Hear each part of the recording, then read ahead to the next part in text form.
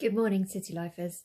God's been speaking to me from that verse in Isaiah where it says about enlarging the place of your tent and stretching your tent curtains wide.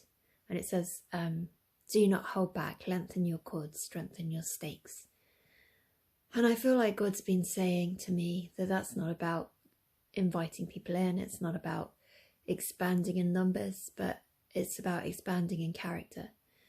And I feel like he's been saying that enlarging that needs to take place is to do with my heart. It's to do with being filled with the genuine love of God.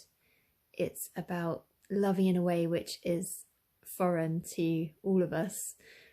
And the verses from 1 Corinthians 13, which we hear at weddings, don't we?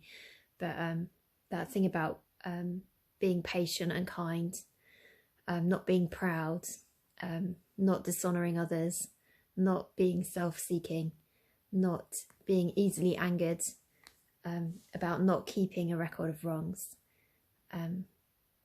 about rejoicing in the truth, about always protecting, trusting, hoping, persevering, and about love never being able to fail. And when I was looking at those verses, I really felt like God was saying that is a rewilded heart. And that's the way he wants my heart to look. And that's not something that comes naturally to me. I don't know if it comes naturally to you, but that list is pretty exhaustive. And I think I struggle with quite a few of those. But God's saying that he will do that. He will fulfill that in us. And there's that quote about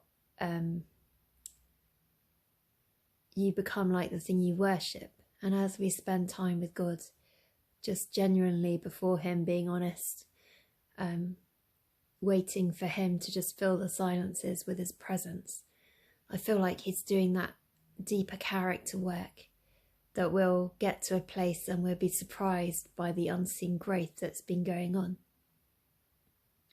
So when I think about this verse about lengthening your stakes and stretching the curtains wide, I feel like God's asking me to invest in my family first and in the relationships that I already have. And a lot of those are church relationships.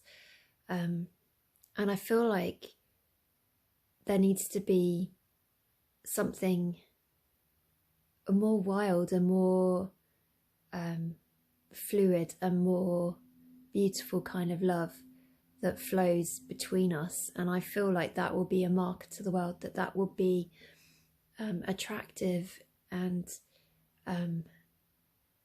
it will just signpost us out as something different. And I know in John it says, love one another as I have loved you, because your love for one another will prove to the world that you are my disciples.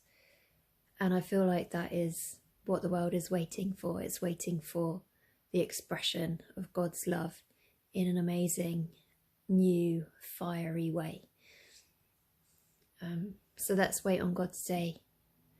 Let's ask him to stretch our hearts, even though it can be a bit uncomfortable. We just ask that he would stretch our hearts wide, that he would fill us with his love, that he will enable us to express himself fully to those around us.